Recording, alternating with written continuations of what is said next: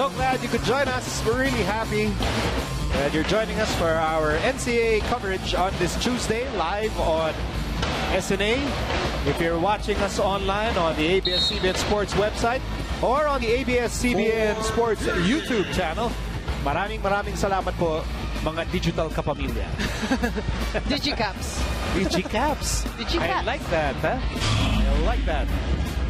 So we start the fourth quarter, and Calvin Oftana, he's he has played well in this game, and you see how Beda outscored JRU in that third period. You see, everyone, all the players are having fun and playing beautiful basketball. Shot clock down to 9. Leo Esguerra trying to locate Ryan De La Rosa. De La Rosa on the move. Aguilar is smothered by Eugene. And again, the shot clock expires on the Heavy Bombers. Look at that, Robert Bolick. 6 assists, 1 more than the entire JRU team.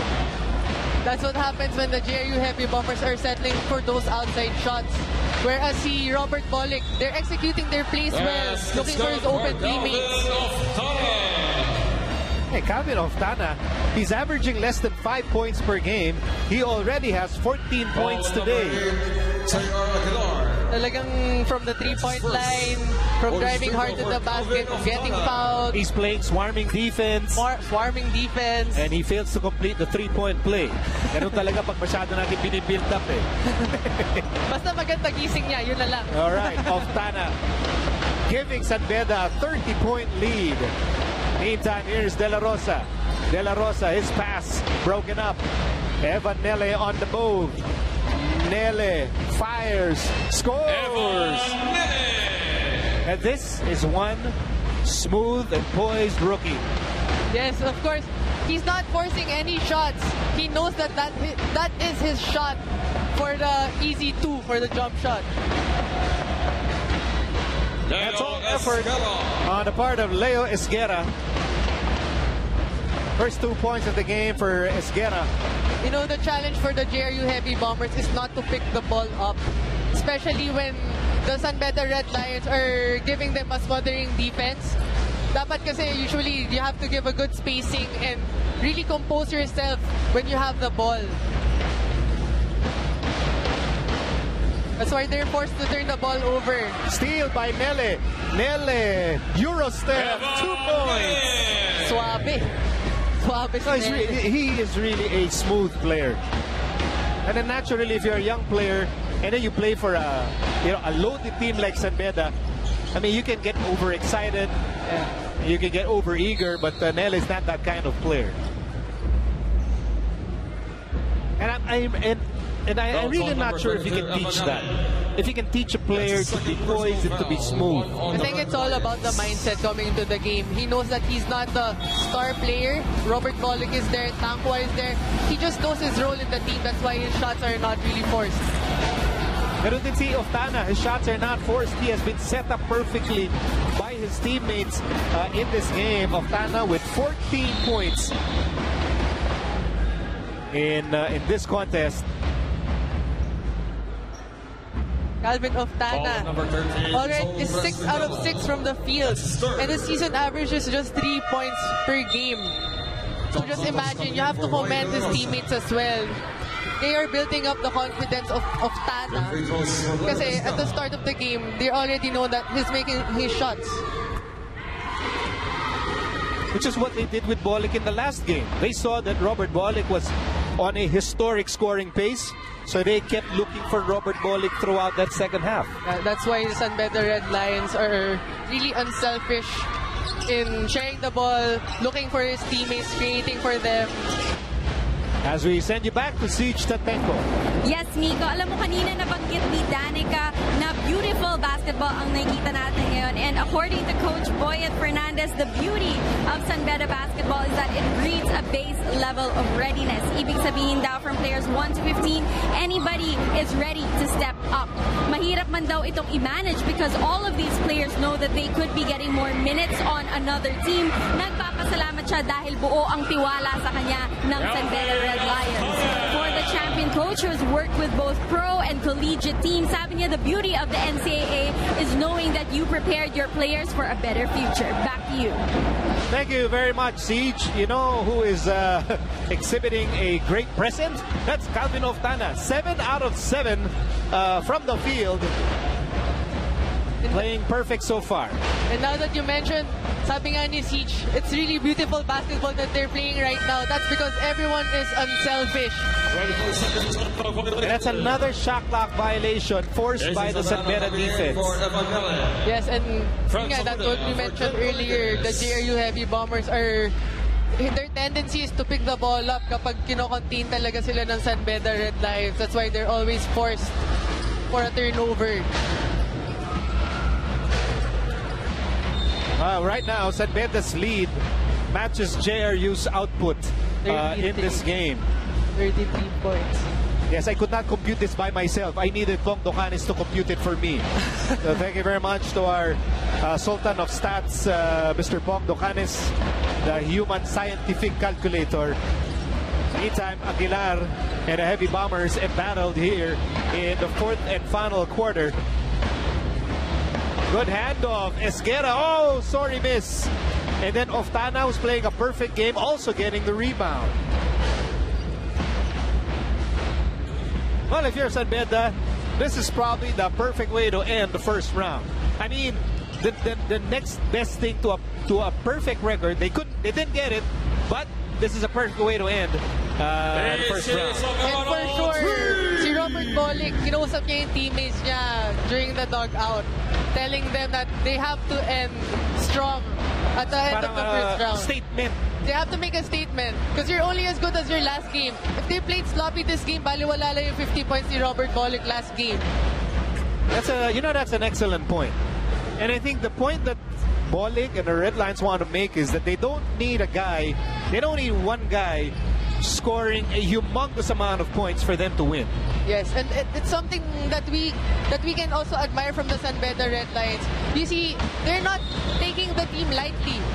They're not really being petics and all kasi alam nila na they have to dominate. They have the pressure to dominate. Yeah, they're not really being petics and all. They're not really being...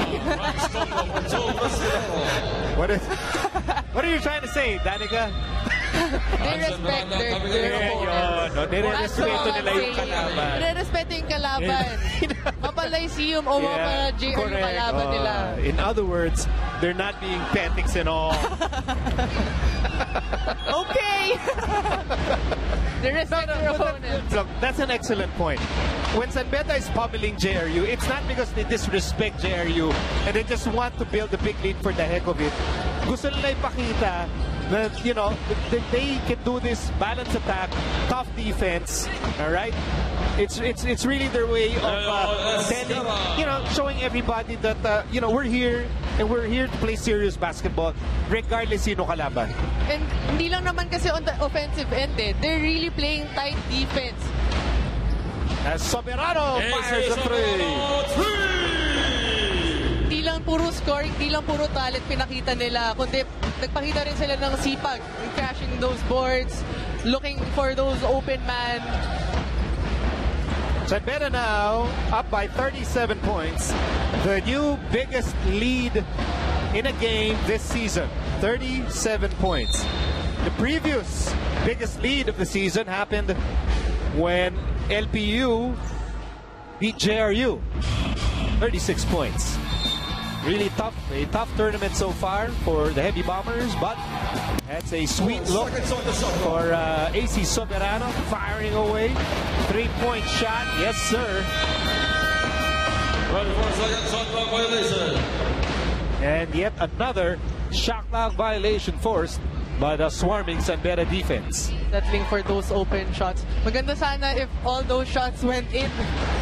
Edi mas tumikit pa yung San Beda Red Lions sa depensa, forcing them to drive naman. Yeah, but it's so hard to blame JRU because it is tiring dealing with this deep San Beda bench. Tonko, Soberano, shot clock down to 5.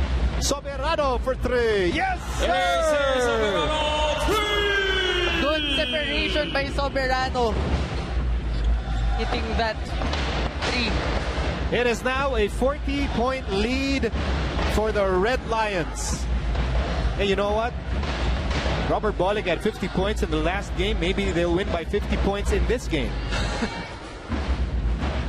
And this is something na kailangan dalhin ni San Beda coming in for the second round. Raj Tonko for 3. Not that time. They need to build this momentum coming for the next round. Ball number 6, AC Zamorano. First Absolute dominant performance by the Red Lions. Evan Nelly coming in for Eugene Toma. Jennifer Cabanag for AC Zamorano. Axel Daramal Evan Nelly, for one of the guys who set the tone in this fourth quarter. shot clock 22 seconds. Cabanag back in the ball game. Double team on Esguerra. Missed there by Doromal, who just checked in the ball game. You know the mindset of the JRU Heavy Bombers. They really should just take it one possession at a time. Hindi ka naman mananalo agad-agad eh. You have to make stops. You need to get those rebounds. Look for your teammates, create those plays. And that all those will build up to a win. And that's exactly what San Beda did for them to, you know, have this big of a lead. Tapay, double teamed, blocked from behind.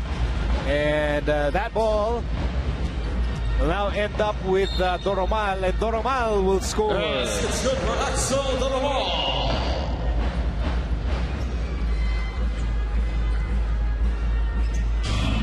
Here's that play again. Number 22, Evan Nelly. It was a nice Euro step. Good job by Doromal to protect that basketball. Bonus free And he will have a bonus free throw.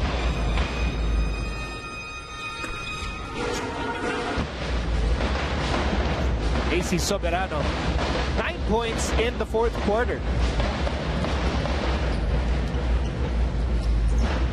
I mean, talk about all-out balanced attack for Coach Boyet Fernandez. And talk about efficiency.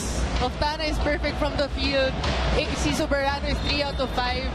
Yes, it's good for And that Tapay uses his height and width to create that shot, and he will have a bonus free throw. San Beda Red Lions are really dominant inside the paint. You see, they're looking for his teammate. That was a good steal. He was wide open.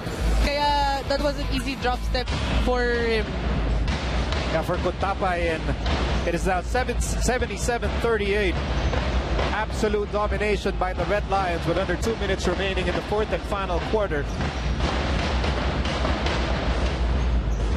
Miranda on the move, the drive, and he was fouled. Foul on number 5, Jennifer Cabanag. Jennifer Cabanag committing his second personal foul. Red Lions are in the penalty. You have to give it to the San Beda Red Lions. Down to the last buzzer, they're still giving the JRU Heavy Bombers a difficult time. It's still swarming defense. They're still smothering the JRU Heavy Bombers. So, San Beda will end the first round at 8-1, right behind the perfect Lyceum Pirates. The Heavy Bombers will fall to 2-7. So, if we look at the overall picture here as we near the end of the first round, you're probably not surprised, Danica, that Lyceum and San Beda are the top 2 teams by far in this tournament. By far in this tournament, they are the top 2 teams talaga. Ang actually nagkakagulo lang naman sa standings is They have the Altas, we have the Altas, the the Chiefs, Knights, Arellano Chiefs. So talagang marami pang pwede mangyari, lalo na for the second round. Yeah, so if Danica is not surprised that Lyceum and San Beda have the top 2 spots, because I mean you can make an argument that could have been interchangeable because that Lyceum San Beda game was close anyway. But that battle for the third and the fourth spot has become very interesting. You have the Blazers and the Knights. Akala kasi no lahat, Letran would have a clear hold on that third spot, but sabi ng CSB, wait a minute, pwede kami humabol for that, pwede kami makigulo for that third spot. So that race for 3 and 4 has become very, very interesting. That's true. And you have to give it to the Blazers as well. They're very unpredictable. And of course, they've been really performing and improving every game. Axel Doromal. And he's making the most out of his minutes here in the fourth quarter. 45 seconds to go before San Beda ends the first round with a dominant win. Tonko on the move. Runner too strong.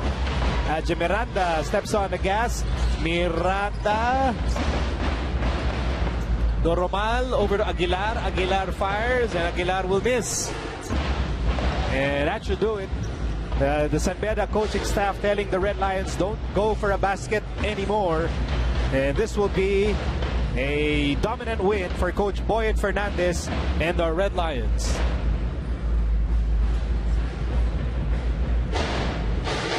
So the Red Lions will finish the first round with 8 wins and a solitary loss. The Heavy Bombers will slide to 2-7. And for Coach Boyet Fernandez, this is probably how he wanted to end the first round. Yes, they wanted to end the first round with a win. And not just with an ordinary win, but with a convincing win. So, you know, the game speaks for itself. 77-40. You already know who wanted it more. They were really aggressive, both offensively and defensively. You see that the San Beda Red Lions is really more experienced and took advantage in today's game. We'll return to breakdown San Beda's big victory when we return. Back inside the Phil Oil Flying D Center, the San Beda Red Lions beating the JRU Heavy Bombers 77-40, leading by as many as 40 points. An absolute dominant performance by Joe Presbitero, the rest of the Red Lions. Calvin Oftana, he is our Cherryfer PGM scorer of the game. Calvin Oftana was everywhere. He scored 16 points. He was 7 out of 8 from the field, whereas his season average was only 3 points. You'll see how much he wanted to secure this win by being aggressive, by being strong, and of course by delivering and contributing for his team. Now you also believe that this is a statement win for the Red Lions. It was a statement win. They really had this convincing win to end the first round. Everyone was unselfish. They played beautiful basketball. So talaga naman makikita mo, everyone was looking for their teammates, looking for those mismatches. And of course, we all know who wanted it more. Definitely for today's game was the San Beda Red Lions. Let's go to Siege Tatenko. Thank you, Miko. Tama kayo. Beautiful basketball here with our player of the game, Calvin Oftana. Calvin, more than individual achievement, ang pinakita nyo ngayon na ang lalim talaga ng San Beda. Ano bang meron sa basketball program nyo at lahat kayo naasahan? Siguro yung deep bench namin. Mostly si coach nagbibigay talaga ng opportunity sa amin lahat. So parang pinagpahinga yung seniors namin kasi for the coming second round. So everybody need to step up kasi para rin sa mga next games namin.